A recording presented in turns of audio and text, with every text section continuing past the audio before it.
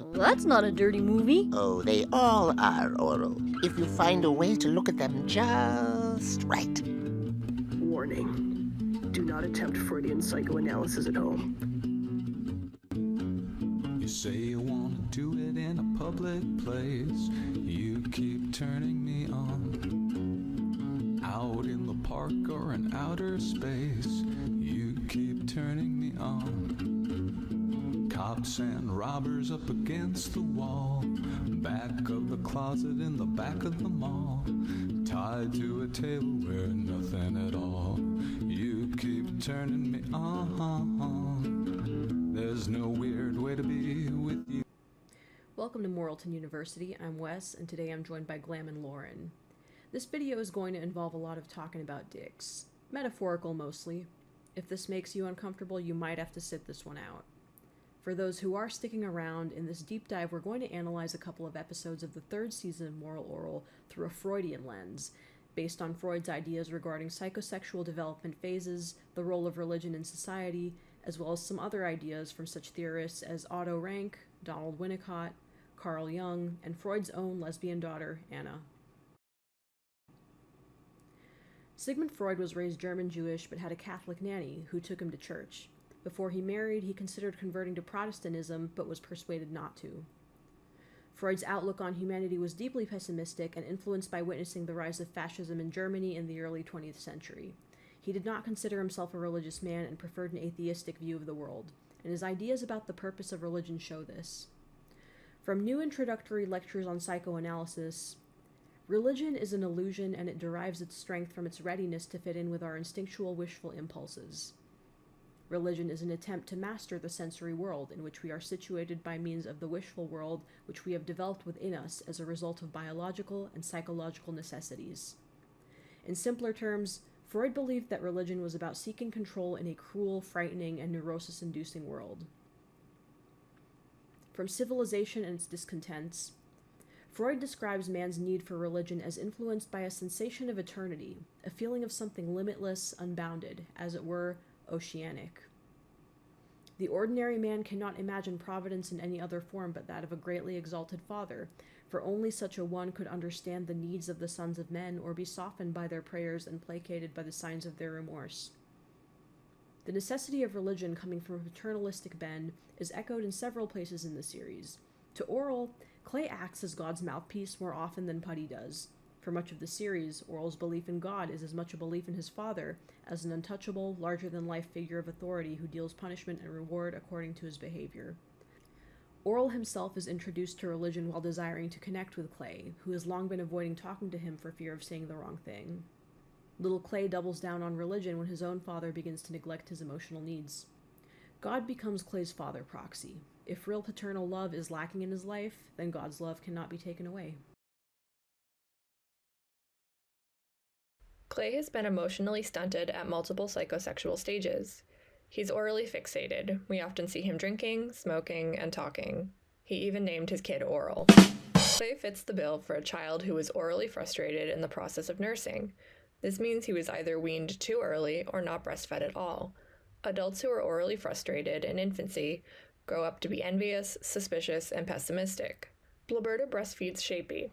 Assuming Moral Orel takes place contemporaneously with its release, Clay would have been born in the 60s, during a decade where breastfeeding had grown out of fashion, but was only beginning to make a comeback. Just as well, Angela spent years smoking and drinking and might have had trouble breastfeeding. Clay had a delayed development.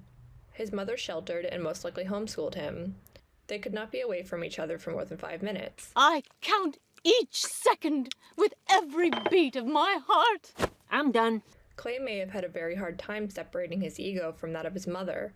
According to Donald Winnicott's object relations theory, infants in general do not perceive the mother to be a separate being. Because he grew up over-coddled and sheltered by her, he was not well adjusted in accordance with masculine identification or gender roles, shown when his father tries to get him to identify with the male role through the gun, which is a phallic object. Clay goes on to struggle with masculine identity for the rest of his life, using firearms as a symbol for it.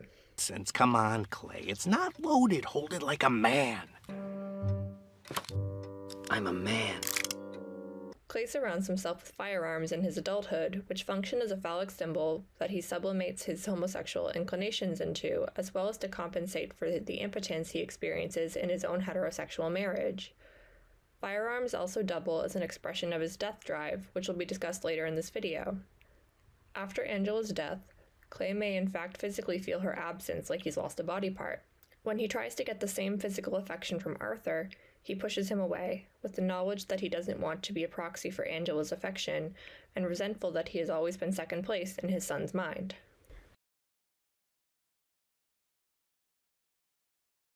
Clay has intrusive thoughts of his mother's affection that overlap with an anal fixation.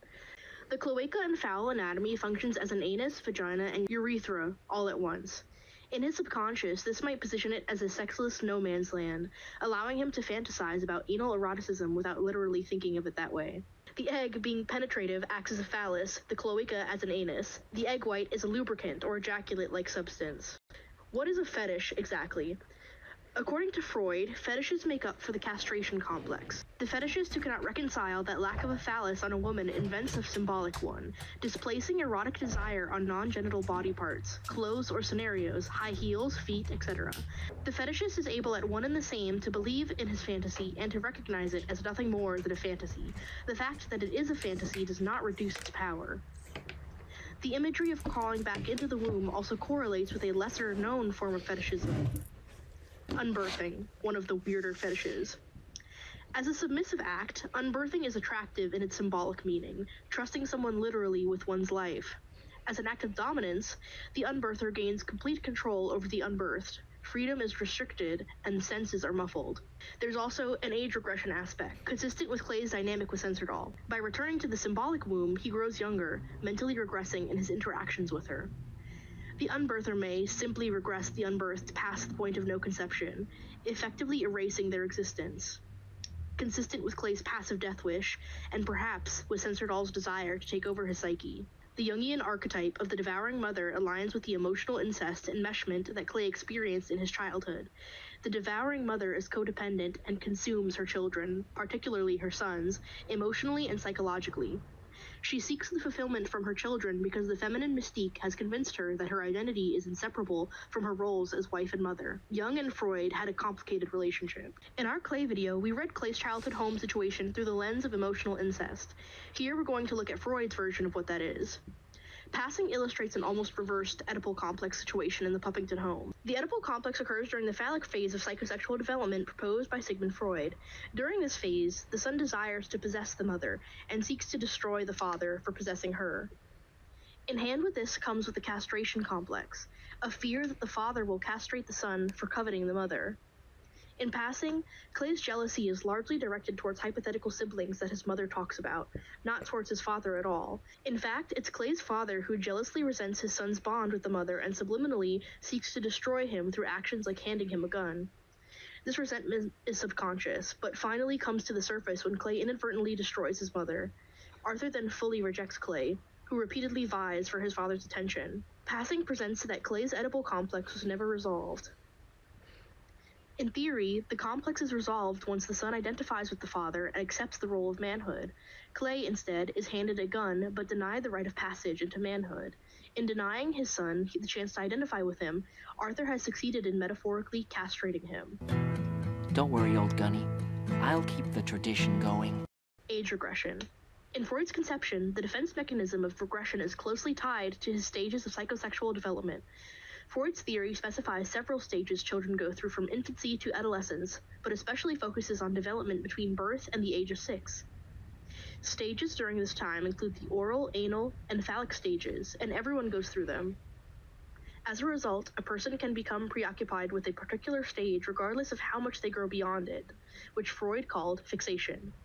According to Anna Freud, regression is an immature defense mechanism because the individual who regresses cannot cope in a more constructive or age-appropriate way. In times of severe stress, Clay will mentally regress to a childlike state as seen in Sacrifice, Nature, and Nesting. This is comparable to Bendy's age regression as seen in Alone and Dumb. While Bendy's regression is a conscious attempt to place herself in a safer headspace, Clay's regression is involuntary and happens more sporadically. Clay has a habit of living vicariously through Orel's friendships. In Trigger, he gets closer to Orel's best friend Doey in order to manipulate Orel into learning to shoot properly, even giving him cigarettes. In Loyalty, he makes a show of telling Orel that friendship is forever after giving Orel's friends alcohol for them to talk more openly. In The Lord's Prayer, Clay mentions that good friends are hard to find in a secular world. This may be part of why he had trouble making friends as a child, since he would have grown up on his dad's farm in Sinville, where people are more secular. Censordoll's obsession with eggs is elaborated upon in Alone, and then expanded even further in Nesting. Eggs represent life force to her. They also represent life force in the occult craft of omancy, a form of witchcraft using eggs. It's revealed in Alone that her mother had a doctor perform an ovarectomy on her in infancy. Censordoll is barren, and may have had to undergo hormone replacement therapy to develop normally, medicalizing her throughout adolescence. Because of this, she aged prematurely and likely experienced an early menopause coming off hormones. Her hair was already turning gray in hell, and she would have been the same age as Clay, perhaps in her early 20s. Essentially, she is castrated. Because her inner life force has been taken from her, she seeks control over everyone else's lives and sees herself as immaculate from conception. Censordoll has a god complex as she believes that her sexlessness makes her godlike. Censordoll has been shown to engage in some proxy object-related witchcraft. This was a plotline that would have been explored had the show continued. It's only sparingly implied, but when she touches the figurines situated around her model of the town, they seem to re-experience their traumas and deliriums, such as touching Bendy's figure before she had her breakdown with Hubby Bear, painting a figure resembling Miss Sculptham as she descends into a lurid rape fantasy, and rubbing and edging forward Clay's hunter figure at what would have been the moment he shot Orel. Clay was shown to have a nightmare about Censordoll and shooting Orel the night before they left for the trip. She also seems to gain control over people or manipulate them by gently touching their faces, as seen in Nesting. Her calling up former phony crops to provide her with fertilized eggs implies that they were a tool in witchcraft. A lot of popular ideas about witchcraft involve offering one's own abortion as a sacrifice, and using fertilized chicken eggs may be a way for her to perform that action in symbolic form. Censordoll has been shown to handle, fondle, and rub eggs and various objects as if they were phalluses. Censordoll, having no natural libido, equates sex with power and uses her body to control and influence others, as we saw when she was on the phone with Farmer Phroneycrops in Alone, and when she took advantage of Clay's unresolved Oedipal complex to manipulate him in Nesting. In Freudian theory, the female equivalent of the phallic stage of psychosexual development resolves when the presumably heterosexual female accounts for the lack of a phallus, which represents subject status in society, by having a child, who then becomes the proxy of a phallus. Censordoll cannot have children, ergo she is denied the power and subject status that a mother would have over a child in their society. When she manipulates Clay, he becomes her phallic proxy. This is why the episode ends with them both fondling the egg, the phallic object that's in her lap, at the same time, as she now has power over his psyche, and whatever power he has as mayor is now her power. It is not a coincidence that the egg, established as a penetrative object, is sitting upright in her lap. Censordoll has become Clay's phallic mother. Of the central images in psychoanalysis, none is more formidable than that of the phallic mother, a grown woman with breasts and a penis who awakens both desire and fear in men, symbolizing castration fear in men, penis envy in women. In Freud's phallocentric view, both male and female children originally believe in infancy that their mother, like the father, has a penis. In Nesting, we quite literally see Clay fantasize about crawling back into his mother's womb. This is juxtaposed with images of her dead in her coffin, overlaid on his image lying on the ground, accentuating the similarities of their features. The womb and the grave are the same to him. He may believe this to be an erotic interest in his own dead mother, slipping up and calling himself disgusting for thinking it. When Orel has his second near-death experience in Grounded, he appears to be back in the womb. In The Trauma of Birth, Otto Rank postulated that the separation from the mother which occurs at birth is the first experience of anxiety, and that returning to the womb is a powerful fantasy. Freud believed this fantasy was most evident in men whose castration complex had rendered them psychically impotent. This is Clay to a T. The death instinct has very little to do with suicide, and much more to do with a desire to stick your head in the sand and to experience peace. The way Freud described it, in his usual vernacular, is as the desire to return to the womb. This is the urge to return to a state of non-being, and to escape all the stresses and pressures of daily life. But it isn't even that simple. Even without stress, we might find ourselves wanting to escape ourselves, simply out of curiosity. So perhaps you have had a bad day at work and never thought, I just want to climb back into the womb. But have you ever wanted to go out and get completely drunk after a bad day? Because that's essentially the same thing. It's the death instinct, or the desire to completely escape your own self and exist in a state other than your usual one. I know you're out with someone else. You keep turning me on. You're such a bitch when you're in heat, taking all comers and not being discreet. You're a big liar and you're lying to me. So, there's this concept. There's this concept that Freud came up with that we explained a little bit, or that we brought up earlier in the video. The psychosexual development stages. Of course, as we mentioned earlier, there's oral, anal, phallic, and then the latent stage. So, how do these stages apply to Clay, our favorite fucked up puppet? He's first of all, we already talked about him being orally fixated. There's that scene where he has like a pipe in his mouth, and then he puts it down and puts a cigarette in his mouth and puts it down, then he drinks, and then he puts another pipe in his mouth. And he's always yapping. Constantly yapping. He's got to be doing something with his mouth at all times. If he stops yapping, he dies. Yeah. Stop yapping challenge, level impossible. But yeah, no, the first time I watched the show, I didn't really notice, outside of the drinking, like, just how much Clay needs to be doing something with his mouth. Like, I obviously noticed, like, his drinking, because his alcoholism is so central, but, like, I didn't really notice, like, how much he, like, smokes or think about the amount that he talks, like, in relation to this idea. So going back and doing rewatches and like, seeing, oh, he's not just drinking, like, he's constantly smoking a pipe, smoking a cigarette, talking, like, doing something. And we see that he kind of, like, subconsciously considers this to be, I guess, an important part of development for other people, too, because when he bonds with Oral's friends, he offers them things like drinks and cigarettes. Yeah. Which, on the surface, you could interpret that as, oh, he's being a bad male role model. But something that we've frequently just come to understand over our discussions of Clay is that while his actions may have a negative outcome, a lot of the things he's doing are coming from a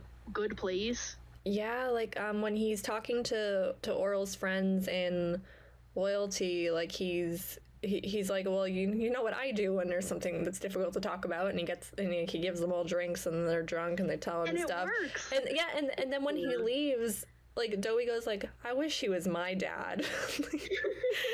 Which is and then in Trigger, not making the connection there. Yeah, and then in Trigger, he's like bonding with Dowie by like giving him a cigarette and teaching him to smoke. In both of these occasions, the real, like, magic that's happening is the magic of friendship is companionship. Yeah. I think, because of his, religious scrupulosity, I do feel that got in the way of him making friendships in his childhood. Yeah. I mean, he was always with his mom. And I almost wonder if he, like, after he learned about his siblings, that he kind of came to see other children as, like, a proxy for that. Maybe. Like, he wasn't interested in making it. Like, not only did he not get the chance to make friendships with other children, but a part of him wasn't interested in it. Yeah. Yeah. So, like, that sort of envy that was there, it extended to other kids his own age. Possibly ones who had living moms. Yeah. So, like, most of them. Yeah. Like, how dare you have a mother? Oh my god. Yeah, no, I can't imagine Clay being very good at making friends. I mean, this is like going into the latency phase, because that's the phase during which one, you develop your personal values and ideas, and through interaction with others your own age, you build that, and you make friends. But it seems that Clay never actually had that stage. Yeah. All of his values are, stunted based in the things that his mother taught him. Yeah. We did a bit of a primer before this discussion on the psychosexual stages. Just the latent stage, it's supposed to be like age 6 to puberty. By the time Angela dies, like, Clay should, like, be leaving this stage. but he never really even had that stage. Which and because of the nature of the latent stage, which the libido is meant to be inactive, even though we obviously see that adult Clay has an active libido, there was never a time in his life where he was... It's just repressed. Yeah, exactly, it's repressed. There's never a time in his life where he got to escape the gay thoughts. Yeah, and like the gay thoughts are all kind of tied up in the stuff about his mother, and kind of all thoughts of sex for Clay are tied up in his mother, and it's not like him being attracted to her, that's not what it is, but it's like there was that trauma that he experienced like right at the point between his latency phase and his genital phase, basically. I think Clay really conflates motherly love with like heterosexual sex, and we see that with his interaction with like Censordoll and Blaberta, and so that's all kind of tied up together. And his like repressed homosexuality is also tied up with his mother, which we see like through his nesting fantasy, where he has all these images that are, you can tie to homosexual, like out of the cloaca. Yeah. The thing about like the way that was animated is that it seems like they cut a slit into the material, which makes it look more like a vagina. Yeah. But here's the thing.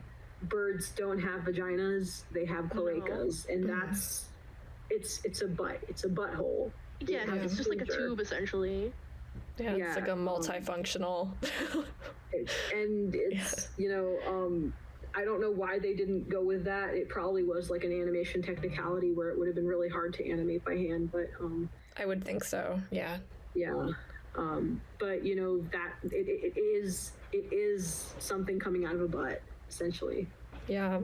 And we were talking about earlier, like you mentioned, the way the egg is animated, it's going in and out, which is very reminiscent of penetration by a penis. And I don't know if this ended up on the recording, if it was like a pre-recording discussion, but I talked a little bit earlier about how because of Clay's trauma with heterosexual sex, that another layer within that fantasy is part of where his self-hatred stems from, because I believe that, I don't know how much evidence we get of this specifically, but I wouldn't be surprised if Clay felt that he sullied his mother in a way with his birth, because of the dirtiness and violation that he associates with heterosexual sex. But also, the fact that her other miscarriages were painful and violent, and he gets this idea that maybe he thought that pregnancy was such this pure thing. But then when he thinks about it in the context of death, that something can die inside of her, what does that feel like for him? Now, this is a bit of a tangent, but I've always kind of wondered with, Clay's deceased siblings, I've always wondered exactly what the nature of those miscarriages were. Like, were they, because when we see her in the photo album, she's pretty visibly pregnant in all of the pictures. So, I mean, this could just be a way of showing that, she was pregnant, just make it clear for the audience. But I've always wondered if it was more of like a late term, like losing the baby because of some kind of medical issue, or if any of them were stillbirths, or I mean, this is just me thinking way too hard, but I have always kind of wondered about that, and it probably doesn't even really matter that much. That would have been, obviously all miscarriages are traumatic and horrible, but miscarrying a baby that far along, I feel like there was probably a different reason for each one, because she was engaging in a lot of high-risk behaviors. She was horseback riding, she was going on roller coasters, she was drinking and smoking, all these things. Any of these reasons could end a pregnancy early. So some of them probably were stillbirths, some of them maybe premature, some of them, just passed. Yeah, either way, like very traumatic for her, and a lot of stress on her body, and absolutely, and Clay would absolutely kind of conceptualize that as violent. The use of the word passing, because they quite literally pass out of her. Yeah, I mean, it's a horrible way to explain it, but passing is usually used for things like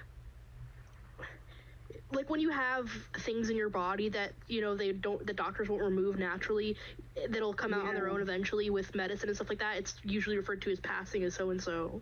Passing a gallstone. Yeah. I didn't want to, it was so fucked up, I didn't want to say it. Yeah. And I wonder, you know, Clay probably doesn't actually, I doubt Clay was ever actually told, like, the exact nature of how his siblings died, so in his head he's probably built it up to be this very violent event. Well, yeah, because a lot of the deaths, that maybe the only kinds of death he would be exposed to would be the ones in the Bible, which are usually incredibly violent. Then again, Angela didn't like discussing death with him altogether, so how much of the Bible was she hiding from him? Oh yeah, that's true. That's a good point. she's like she's like blacked out all the parts where someone dies. Full block. When I was in Catholic school, they would have us do, like, you know, popcorn reading, but with the Bible itself. Yeah. And we would be given very, very specific pages. Flip like 10 pages, and then you can start reading again. Yeah. So I mean, for Clay, like, death has kind of been like, it's been this thing that's kind of like built up into this terrifying, unspeakable event. On the other hand, like, after his mother dies, there's like a sense of comfort for him in the thought of death. Yeah, I'd imagine he has a lot of kind of contradictory thoughts about it. Part of the whole appeal and of, you know, being a Christian is that you will one day get to die and have the afterlife of eternal happiness in heaven with Jesus and being reconnected with his mother. So it's kind of like, I wonder how many layers of metaphor that was laid underneath, because, you know, the concept of heaven is one of, like, the most child-friendly things, so to speak. Yeah. But you can't really separate it from the concept of death. So yeah, like, he does kind of get this, like, sense of, like, comfort from it, and in some ways kind of craves it. I mean, he definitely comes across as, like, passively suicidal at times. But then he also seems... Nature was a really good example of him being passively suicidal. Yeah. And, but, you know, there's also indications that he does kind of fear death. Like, we've talked about how he, like, has all these stuffed, like, taxidermied animals in his study, which indicates that he has this need to preserve things and doesn't want to let things go. So it's probably this, I mean, he's fucked up. It's all this weird contradictory stuff in his head, and I'm sure death is a particularly complicated topic for him. Having those taxidermied animals is also almost a form of control, because, you know, it was said in the Bible that man was to have dominion over the animals of the earth. I forget if there's, like, part of the line where it's like, you know, as God has dominion over man, but I've heard people phrase it that way before. So it's like God has dominion over man and man has dominion over animals. Is that it? I mean, from what I've heard. He does also say, you know, hunting is how men can play God. Yes, yeah, exactly. That's exactly, yeah. He goes from causing death as a child and not having any sort of control over that situation to, you know, if you believe that Clay went out and got all those animals himself, which, you know, obviously I don't. He's really has the illusion of the control over it. Bro's never been to Africa. No, he's definitely never been to Africa. He's lying if you think he's saying that. Nope. Definitely bribes. Definitely from, like, more talented hunters than him. I feel like we've strayed a little bit from the psychosexual stages. Let's return to the psychosexual stages for a moment and then go back to Arthur and Angela. Okay, so on to, like, we were talking about the latency phase and how he didn't really have one. And something that always kind of confused me was that Danielle never really made a pass at Clay. Except for, like, putting his hand on his butt. And besides that, yeah, that's like it's like a very mundane pass. But, like, you know, by Satan, you know, he's just talking at him. You know, they're just talking together, and, you know, he never puts his hands on him. Yeah, and that made me wonder why. And then it kind of occurs to me that in all the photos they have together, they're engaged in these childhood activities, kite flying, hide and seek, picnics. Yeah, with Danielle, Clay gets to experience the latent stage that he never got to have, because, of course, when he is with Danielle, he's feeling that attraction, those latent desires, or underlying desires, but none of it is being acted on, which is obviously how one would hope would go for the common child. So he's getting to live out multiple facets of his boyhood with Danielle. I was gonna say he's like experiencing like his first love, first attraction, but he's also experiencing just like his first like friend. Yeah. Oh. Which He didn't have like a typical childhood, so if he didn't have friends when he was a kid, now he's got this first friend that he has. He's probably unsure what he's feeling there. Yeah, and I think like by the end of the series, he's obviously figured it out. But you know, around the time of Satan, where we see those photographs, you know, Clay probably really is just enjoying having his first ever friend that he feels like he can talk to when things are hard and he can do fun things with. Because I think it's so interesting that in Best Christmas Ever, Clay like is telling Danielle about his problems. He's, you know, that's something you do with a friend. That's something you know, he's seeking out comfort there, and it's not like necessarily like sexual or romantic comfort. It's like he wants to be with someone that he feels safe with. Was it not until Honor that he like really became aware of it? I think it must have been a little bit before Honor, because he's got that bear ready to go. I think it might have been. I feel like it might have been around Nature.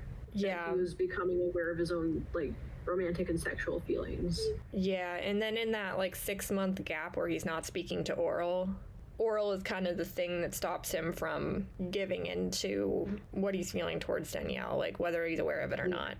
And I think not speaking to Oral for such a long period of time, you know, removing that, he's gonna have that space to figure that out.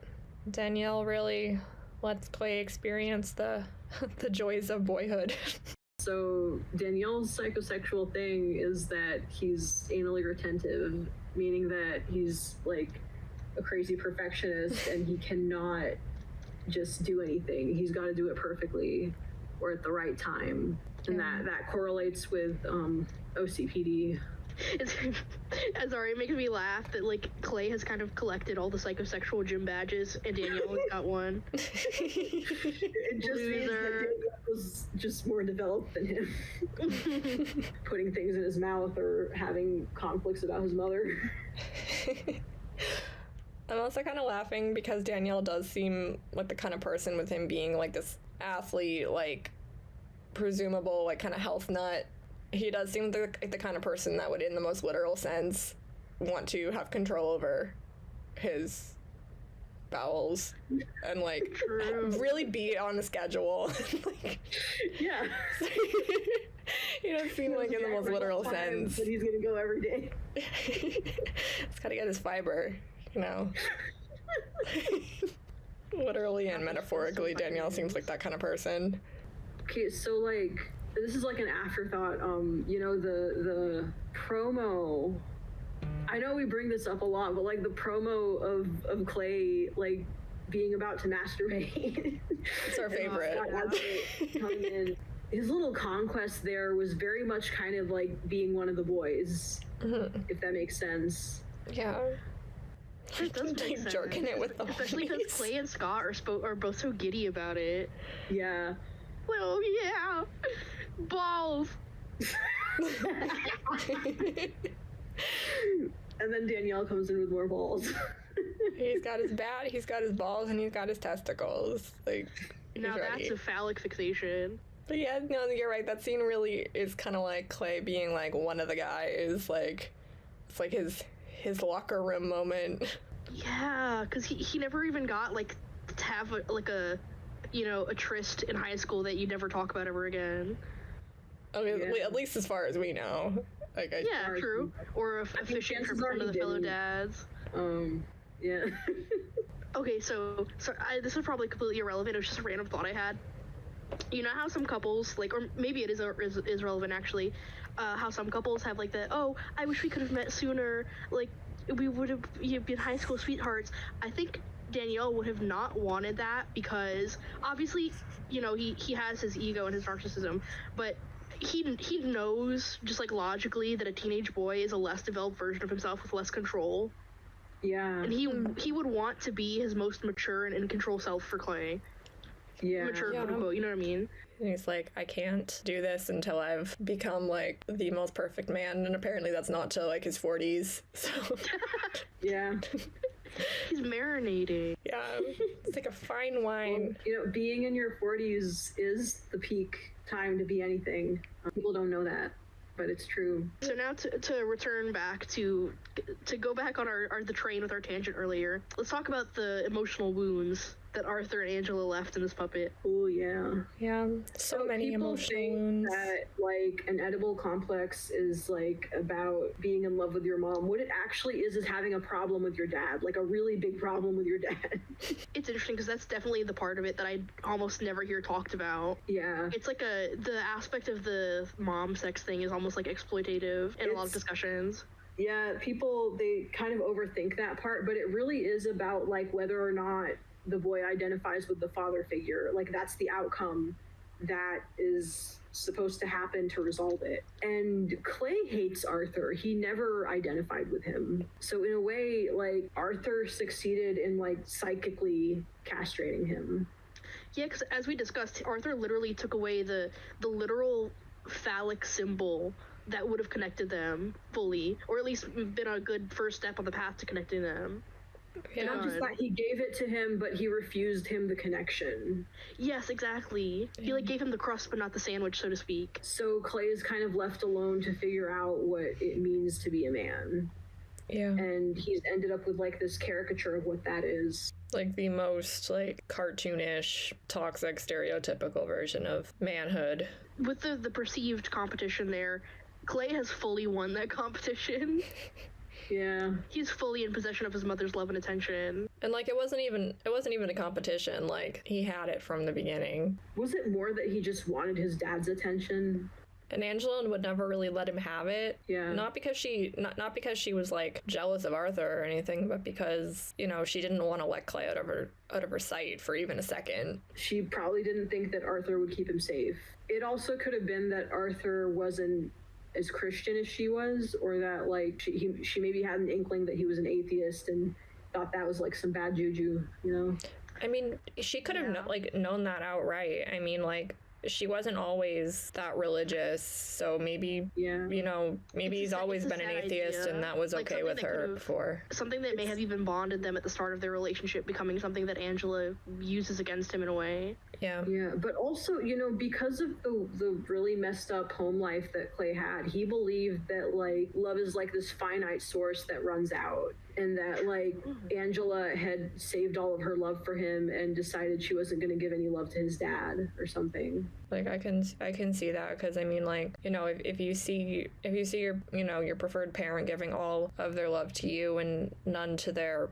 partner, it's like, oh well, love must not be this endless resource. Like it must be limited because they're transferring all of their love to me. And I'm sure he hears in like all of Angela's like religious teachings that marriage is supposed to be this like sacred, like extremely important bond between two people, and love should, I would imagine he hears that love is supposed to be a part of that, but when he's not seeing that, of course he's gonna think that love is finite. I also wonder if like the relationship that was modeled to him between his parents kind of put him off the thought of wanting to be married. I'm sure it did. True, yeah. Because I'm sure we saw a very small snippet of the Puppington senior marriage and Clay's childhood. There very well could have been times where maybe when he was younger, where he saw Angela and what's his face being affectionate with each other. Angela and what's his face?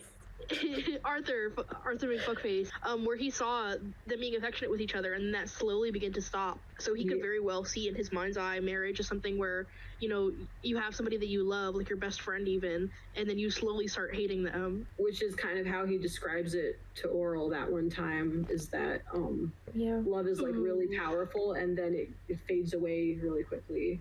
Yeah, or I wonder if maybe Angela like told him stories about when she was first married to Arthur, or when she met Arthur. That would make sense, because if they look at Clay's baby pictures all the time, then of course he would wonder what came, She wouldn't show him how did I get here? She wouldn't show him the pregnancy photos, but Yeah, I'm no. sure he'd seen pictures of his parents, like, before any of those And pregnancies. he asks Angela, like, are you pregnant with me there, or something like that, I believe. So he, it's like, not understands the pregnancy is a concept. mystery to him. I wonder if he also thought maybe that, you know, because Clay's gay, obviously, but, you know, he there's, like, this expectation for him as a Christian, he's, you know, to marry a woman, and maybe he thought that, you know, like, when he marries a woman, he's, you know, gonna have children, and then when the child comes, he's gonna get shut out, because that's That's probably what he believes. that's what he sees That would make with a his lot of parents. sense. And of course, obviously, he has such a close bond with Oral because of the nature of, you know, masculinity and the patriarchy, and the fact that he does love Oral. But I wonder if it was almost like kind of a petty and childish thing too, where he's like, "Fuck you, Blaberta, I'm gonna be the favorite parent." Yeah, like he probably thinks only one parent can like be close to the child because that's what was modeled to him. So he's like, "Oh, I'm not gonna let you take my child and shut me out, so I'm gonna shut you out." And that's another level of Clay seeing himself mirrored within Shapey. Yeah. And, you know, further hitting himself because of it, because he sees how Shapey and Blaberta have almost, in some ways, recreated his relationship with his mother. Psychologists would like kill to sit down with Clay Puppington. Dude, Clay seriously. Puppington probably got eaten alive at the age of 12 once his mother wasn't there to protect him.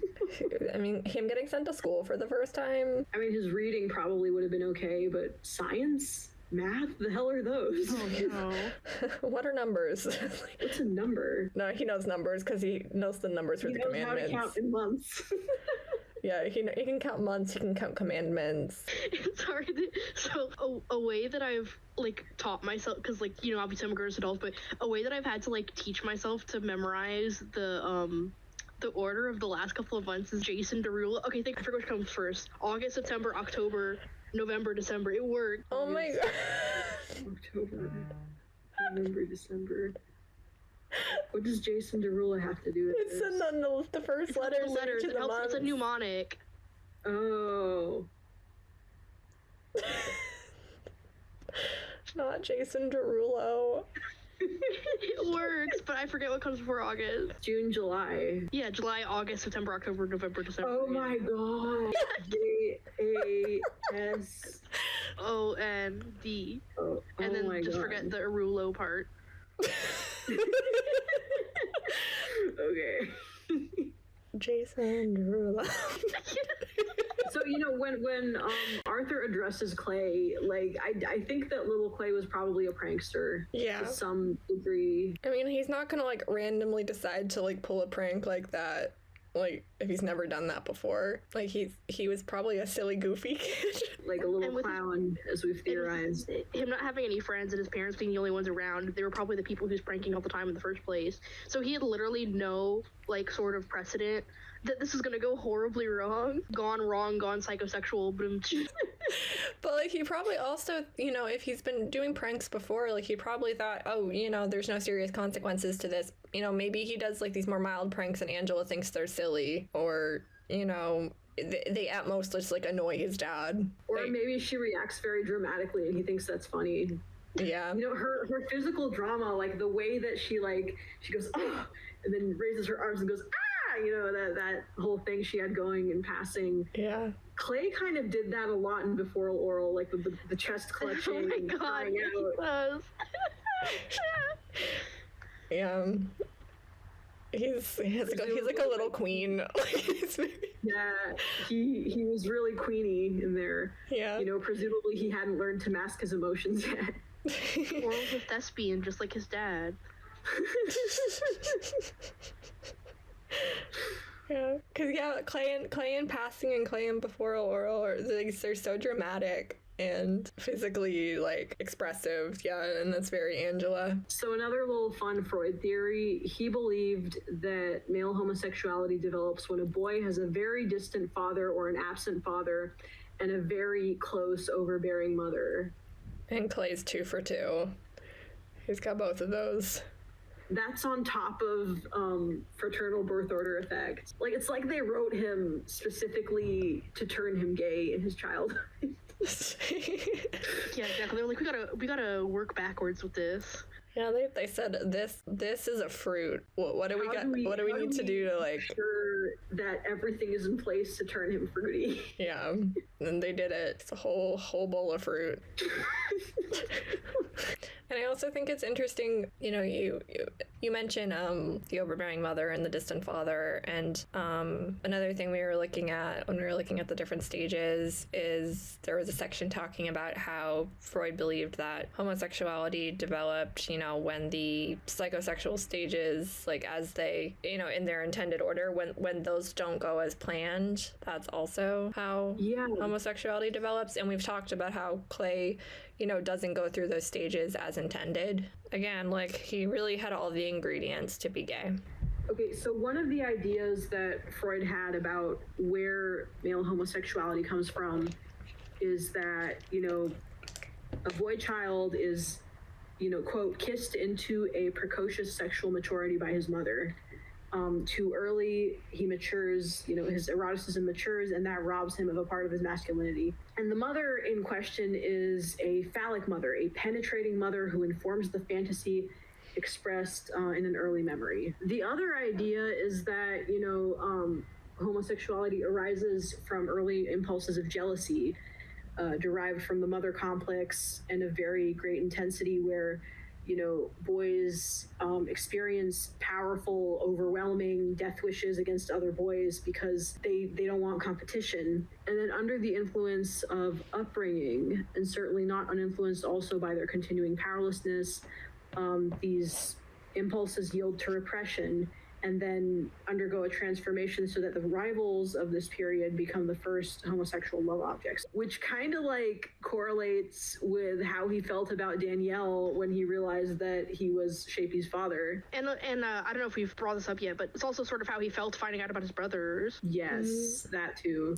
Yeah. Could we also say that's like kind of how he is in Sacrifice, like with, you know, Potter's Wheel?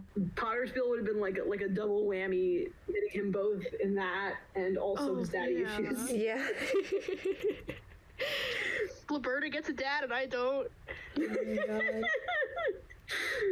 Oh my god. With the idea of his him being jealous of his brothers, it also goes back to his death wish because they get to be inside of his mother forever, spiritually, and maybe because I don't know how Clay thinks dead babies work. In his head, they're in heaven. Yeah, exactly. Also, do you think he feels the same jealousy for his sisters or just brothers? Because like, we know there were, I think it was 5 boys, 5 girls. You know, probably the sisters too.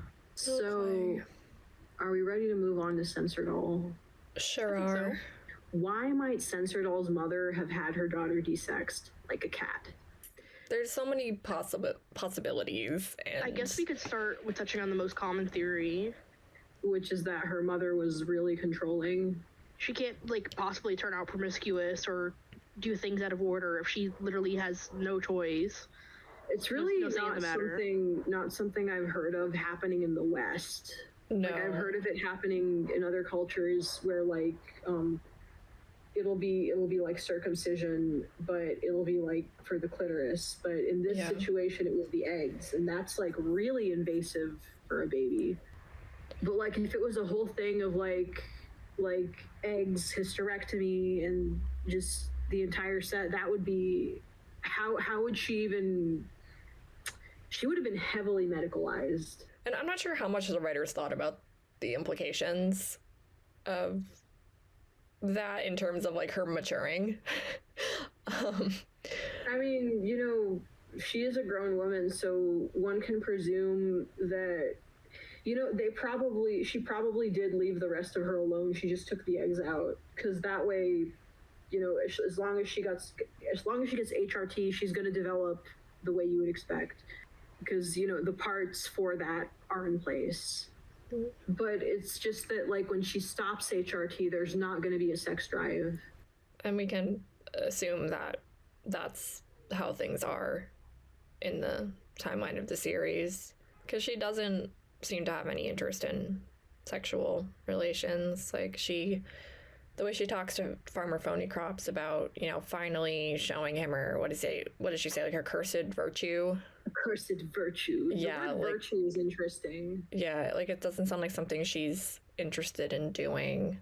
And with Clay, it also doesn't seem like she's interested in sex with him. It seems more of a control kind of thing. I mean, all she said was, you can do everything as long as mommy says you can. So that could mean pretty much anything. I think she just uses it as leverage. She promises something, she gets what she wants, and then she doesn't deliver. It's like, why would she if she's not getting anything out of it besides like... I think it's so interesting she uses her sexuality as a tool like that, like especially with, you know, her being like one of the most like extremely conservative people in town. I think that's really interesting. I mean, there's also some eroticism to the idea that she's a virgin. True, in a way, she's like the ultimate form of what a Christian woman's supposed to be. Yeah. So one theory that's been thrown around a lot is that some people believe her to be intersex, and this is because a lot of people who are born intersex, they'll have medical professionals telling the parents that they need to remove their genitals or whatever they perceive to be abnormal. And some people believe this might be why Censordoll had her eggs removed. That would be interesting as well, because I mean, I think it's definitely really interesting for her to have like a controlling mother that did this out of some kind of like way over the top like religious like motivation. But I also think it's really interesting if, you know, her mother did it for a reason that was recommended by the doctor, and then for Censordoll to kind of like have this baggage for the rest of her life and to hold it against her mother. And like that's like a really valid way to feel. Like I remember when I was in undergrad in one of my women's studies classes, we watched this video where like intersex people were talking about like how they were affected in adulthood by that happening to them as children. What that would be, because there are some different variations of intersex, and I do feel like the writers didn't think that far ahead, because while it is a valid reason and it does make sense, there's just aspects of the narrative where it doesn't really line up.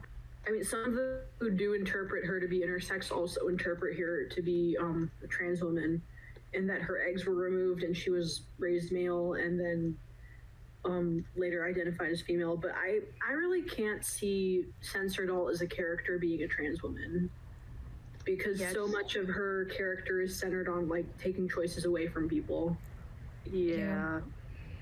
It's one of those things.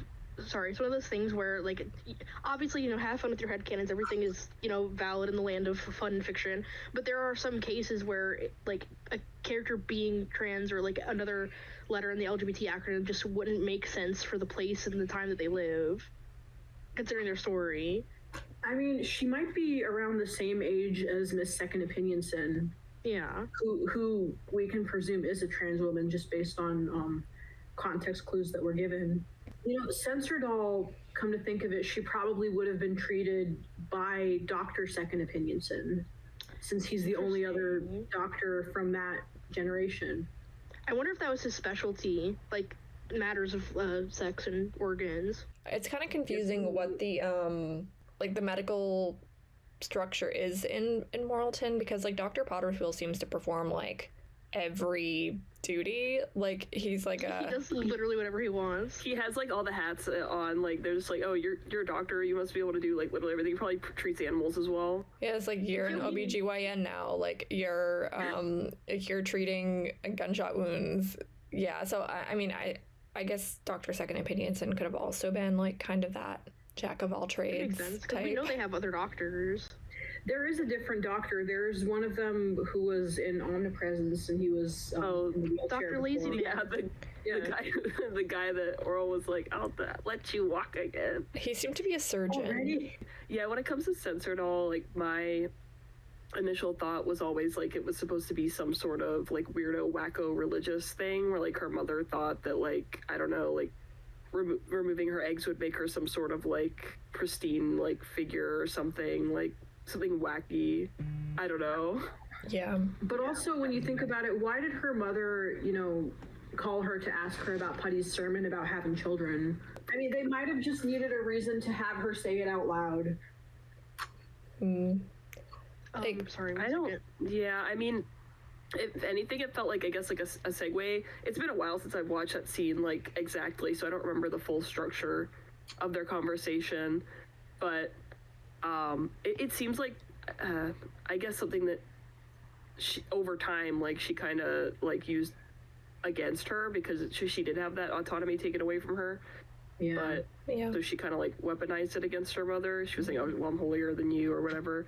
But yeah, I don't know. It's such a bizarre, like, circumstance. I feel like it would have been so interesting for us to see, like, exactly what the reasoning was behind all that. We're really only able to, like, speculate. Oh, and by the way, we have Senna here with us for this part of the discussion, so everyone say hi. Just for this part.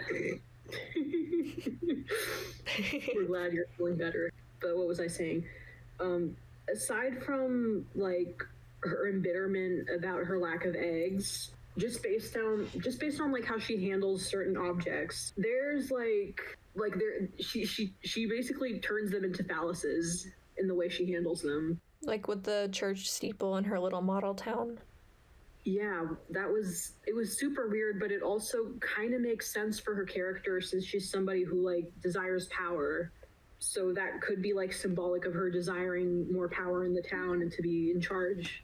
And that also seems to be the point at which she formulates her plan against Clay. We know there's kind of been some stuff, like, in motion since offensiveness, because we learned in nesting, like, we get all this backstory where she's been plotting, but that seems to kind of be around the point where she was beginning to decide to target him directly.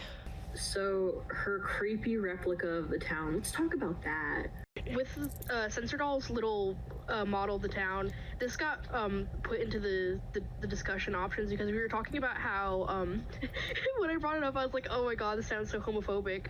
But I pointed out how before I remembered Farmer Phony Crops, how everyone that Censordoll's chooses to directly affect with her witchcraft is either a woman or, like, a kind of feminine energied person.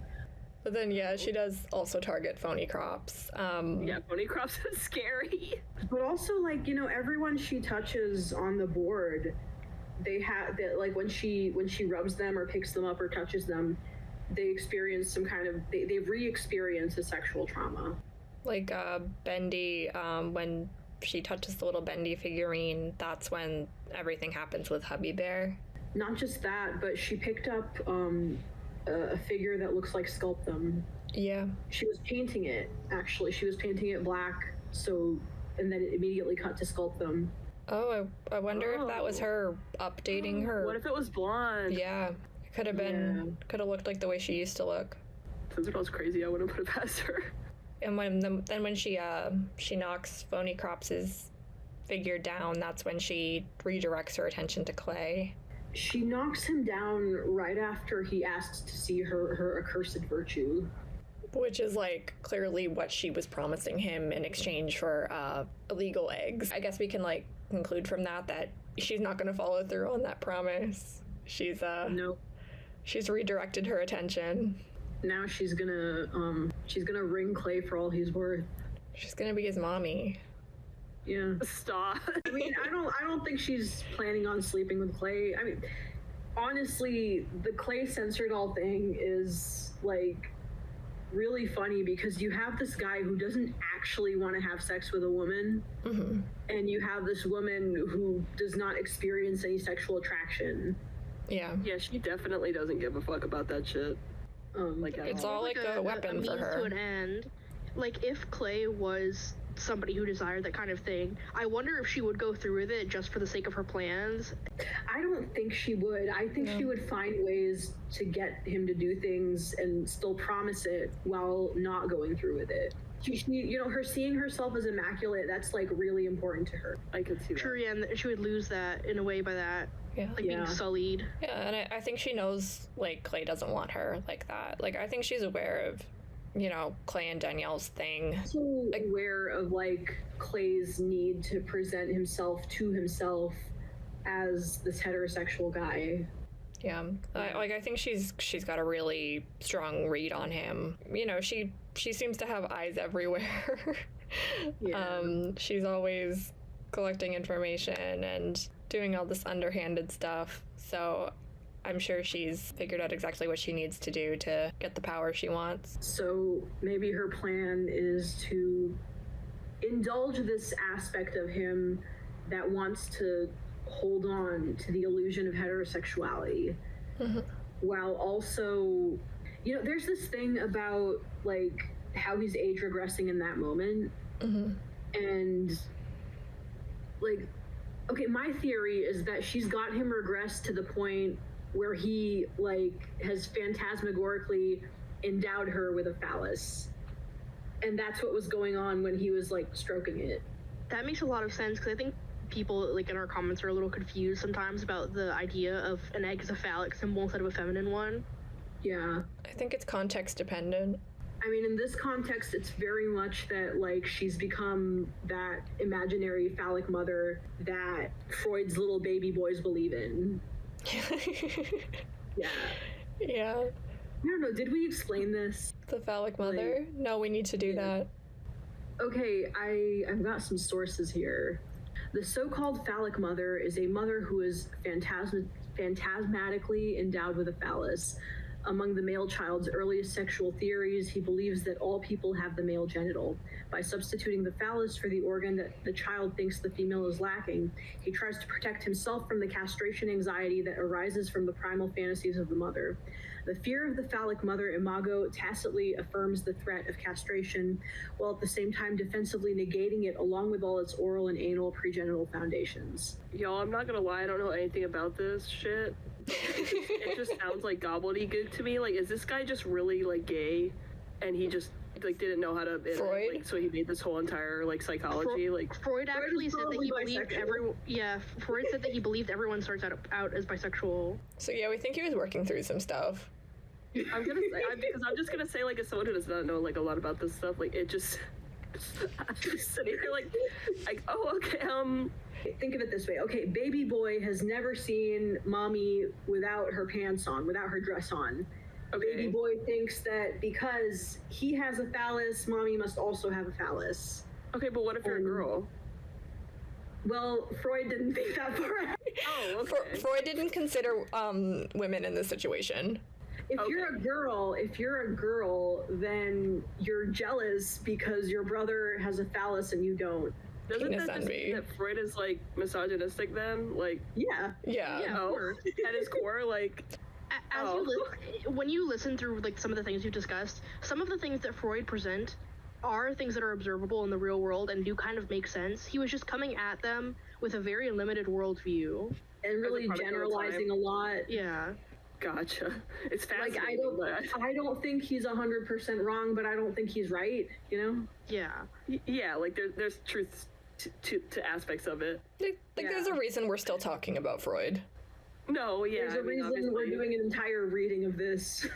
Yeah, it's just like I'm like the resident like Do you guys know I saw like a meme once and it was like, you know that scene from Breaking Bad where Jesse's like, he can't keep getting away with this, and someone edited like a picture of Freud next to Jesse on like that screenshot. It was really funny. I should find it so we can put it in the video. We're doing that. Yeah, and like really Freud can't keep getting away with this. He can't keep getting away with this. So back to Censordoll and the egg as a phallic symbol. Yeah, I mean, like, I think we talked about this in another video, but in that scene with the egg, it's like Clay is stroking it the way it's not that, like, you know, I don't think he cares that she doesn't have a penis. It's that in his heart, she has a penis. Yes. If that makes sense. I mean, I don't think Censordoll really registers as, like, a woman to him. It's kind of like that's another Freud thing, the Madonna horror complex, correct? I believe. Is it a Freud thing? I'm gonna look this up. God, he can't keep getting away with this. It sounds like something. I don't think it's a Freud thing. Actually, it isn't psychoanalysis. No, it be first identified by Sigmund Freud. Okay, and the Madonna horror complex. Anybody who goes through their life as woman understands that this, and who dates men, I mean, understands that this is a thing that happens within their brains. What? So What is this? it's called psychic impotence.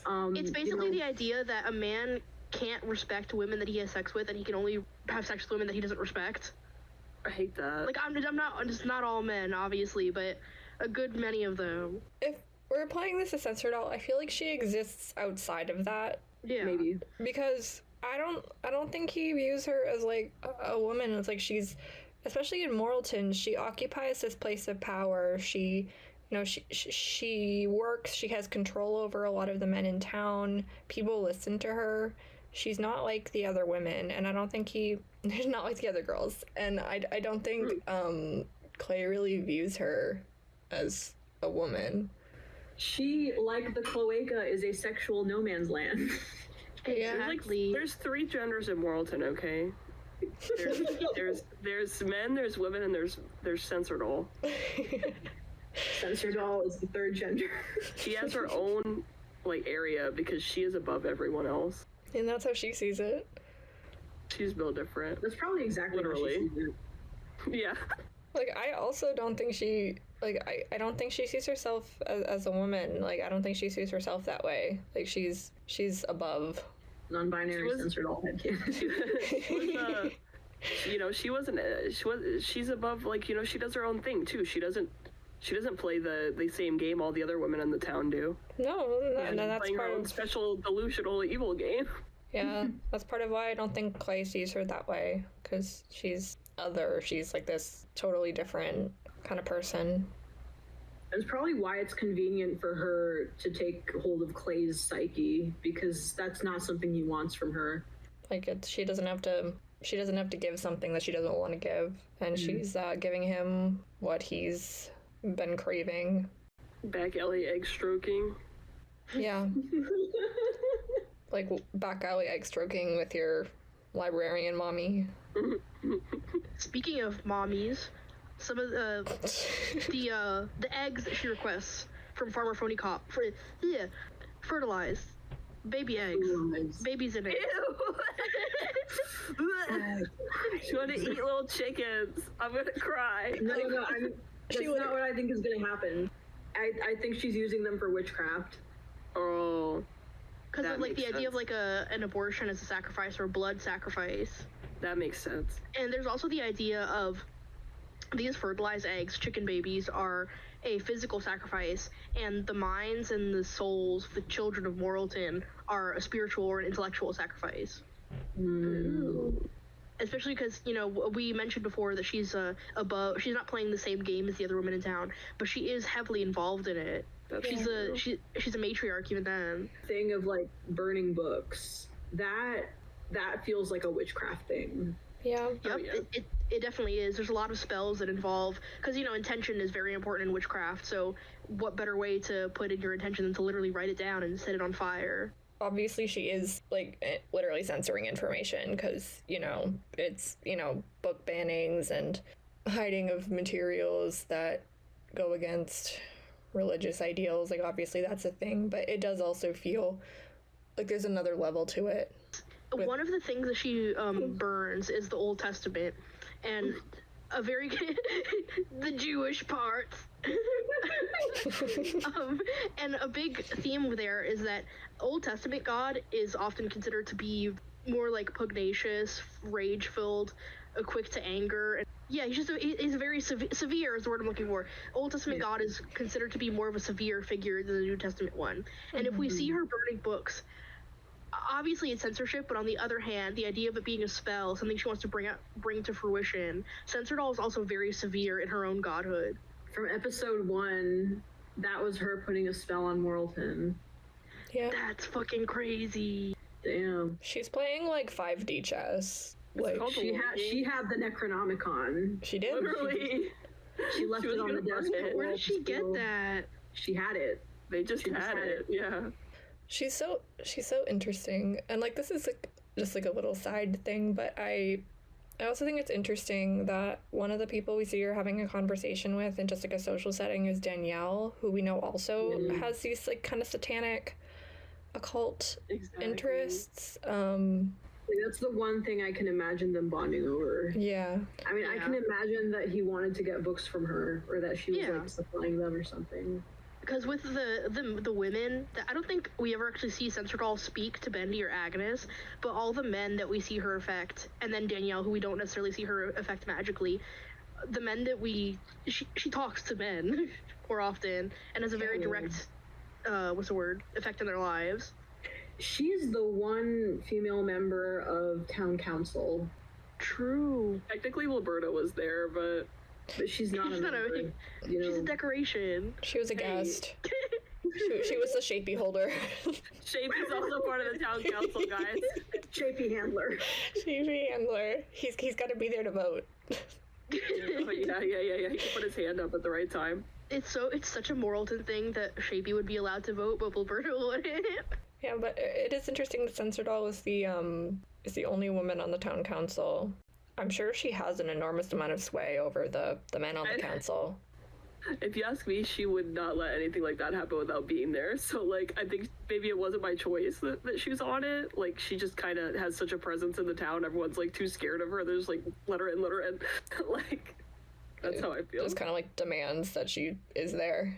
I wonder what sort of, like, control she has over people with her little figurines. It's so hard to know, like, is it a literal thing? Is it, like, metaphorical? Because we didn't get the full plot line to really know what the intended direction was. One thing that we do know is that, like, she had some influence over Clay's shooting whirl. Yeah. I don't know about, like, everything else that happened that night. I think that's inferred by Clay, that he just thinks that. No, that was, like, because she rubs the figurine before, and the figurine is of Clay with a gun in front of Oral. And then, I mean, I don't... in his dream, we see the same clip, and she's mouthing the words to it. Yeah, I mean, I get it, but, like, I've always personally thought that it's better to leave it open-ended if she actually has any real influence or power over people, because I don't know how I feel about it being just, everything happened because Censordoll, like, puppeteered everybody. Like, I feel like that... I mean, I don't think that she, like, puppeteered directly, but, like she, I don't know what she did, but she kind of set the stage for it. Maybe she like kind of engineers the circumstances for things to kind of go off the rails, and then the people that she does that to, they're the kind of people they take themselves to that point. Yeah, I don't know. It's like a suggestion kind of thing. Yeah, maybe. I feel like if she had too much power in the situation, it kind of lessens the moments a little bit. So I understand what you guys are saying. Like, I agree. Like, I think it's more interesting if we attribute what happened to, like, Clay's deteriorating mental state and his alcoholism. He was putting himself in a bad situation. Like, I it was gonna happen. Something was gonna happen regardless. Like, it was just a breaking point, unfortunately. Yeah. Yeah, like, I don't know what the whole occult witchcraft thing would have looked like had it played out all the way, but I do think, just to kind of show Moral Orel, is that they would have kept, like, that level of personal responsibility for your actions. I don't know how Censordoll's whole thing would have played into that, but I don't think it would have been done in a way that, like, absolves Clay of any... Yeah, I don't think he would have been absolved of anything, but I do think that, like, it's like, you know how in Twin Peaks, and I'm probably spoiling Twin Peaks for any listeners who haven't watched it, but, people talk about whether it was Leland or Bob who did what he did. Mm-hmm. And, it's left vague to a certain degree before it gets to, like, later episodes, but, the question one of the people asks is, like, is it easier to believe that a guy would rape and murder his own daughter than it is to believe that he was possessed by, like, a demon thing, like an evil spirit. Everyone watch Twin Peaks. It's really good. Yeah. But yeah, no, that is, like, a good comparison.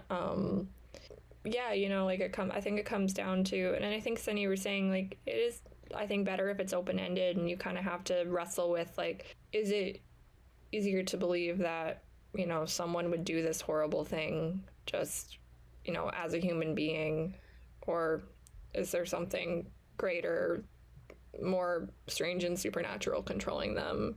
And I think... I mean, one could say that, like, you know, being under the influence is an apt comparison to that. Yeah. That's a good point. I honestly wonder how the whole idea of Censordoll or magic, like, came up in the first place, like, behind the scenes in terms of the writers. Because with everything else about the show, it's definitely not a direction I would have taken things in. I mean, I can see it just like as an extension of the meta aspect of these being puppets, and that, you know, these are animators puppeteering them, and, you know, what if they could puppeteer each other? It's not something that I personally liked when I first read it, but like thinking on it a little bit more in those ways, like I could definitely see like potential for it. I still don't know exactly how I feel about it, because again, like, we don't know exactly how it was going to play out, so it's hard for me to really know.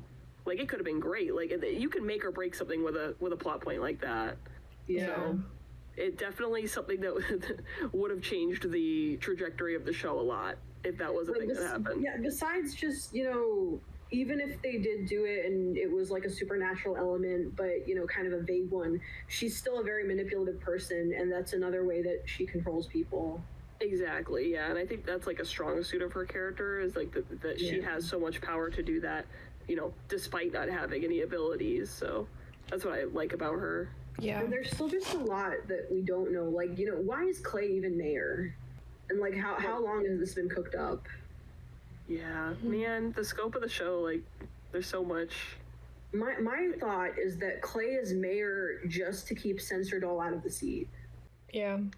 Like, he doesn't like her or anything. He's scared of her, if anything, and I think he knows that she's a bit deranged. So yeah, I can see him hanging on to being mayor just to keep her out of office. I mean, yeah, he straight up calls her a madwoman. He kind of knows that if she gets power, some bad things are going to happen. And considering just like how conservative he is, that's saying something. Yeah, absolutely terrifying implications for Moralton if she becomes mayor. Yeah. See, this is what happens when y'all aren't friends with Clay. He gets into bad company. When everyone abandoned him in sacrifice. This is on you. This is their fault. Joking. They should have taken him to a psychoanalyst. So more on how Censordoll uses eggs in witchcraft. Glam, you had some interesting stuff to say about this. Yeah, so to clarify, I'm not of, like, I believe this is like a closed practice or something. I'm not like of this culture, but there's this idea of an egg cleanse that's commonly seen in, I believe it's brujeria. I'm sorry, I'm white. I don't know how to say it. I think you said, yeah, it's brujeria, right? Brujeria. Yeah, something like that. The concept of an egg cleanse, which let me pull up something to get a more apt definition. But basically it's the idea that you can like rub an egg over your body and it absorbs negative energies, like the evil eye and things like that, and you crack it open and you can almost use that as a form of divination. Like see certain things that are going on in your life. Like if I recall correctly, in the scene with Clay fantasizing about Angela as the chicken, there's like some stringy yolks, right? Yeah. So here in this article, for example, yolk strings hang from the top of the surface of the water down. They can connect directly back to the yolk, and egg whites are stopped midway. These are karmic cords with people that need to be cut. They also represent things or subjects you are worried about. Cords that need to be cut. Exactly. Finding this article is very apt. Probably a coincidence, but like that's definitely an interesting coincidence. Another thing the article mentions, that because we talked earlier about Censordoll and burning the books and the power of intention, the preparation part is key. It's not lengthy at all, but the power of Huevo Limpia is rooted in intention. Connecting with the egg for its sacrifice and assistance will make your ritual stronger and results clearer. And that also connects with us thinking that the fertilized eggs were a form of sacrifice. I mean, she's got the resources to learn about this stuff. She controls the books. On a final note, while Freud did not have a theory about the origin of female homosexuality, I would like to postulate that the psychosexual origin of lesbian sexuality is having Freud as your dad. This has been Moralton University. Thank you again for accompanying us on this Freudian journey. We hope you are sufficiently disgusted, intrigued, and or traumatized by it. If you're interested in hearing more from our channel, make sure to like and subscribe, and if you'd like to support us making future episodes, you can do so by becoming a channel member. If you do, you'll have early access to new episodes, special badges, and emojis that you can use in your comments. In the meantime, you can ask us questions or even donate to our Ko-Fi. Links below. Let us know in the comments if you noticed any Freud moments or Freudian slips in the show that we missed. You keep turning me on. You keep turning me on. You keep turning me on. You keep turning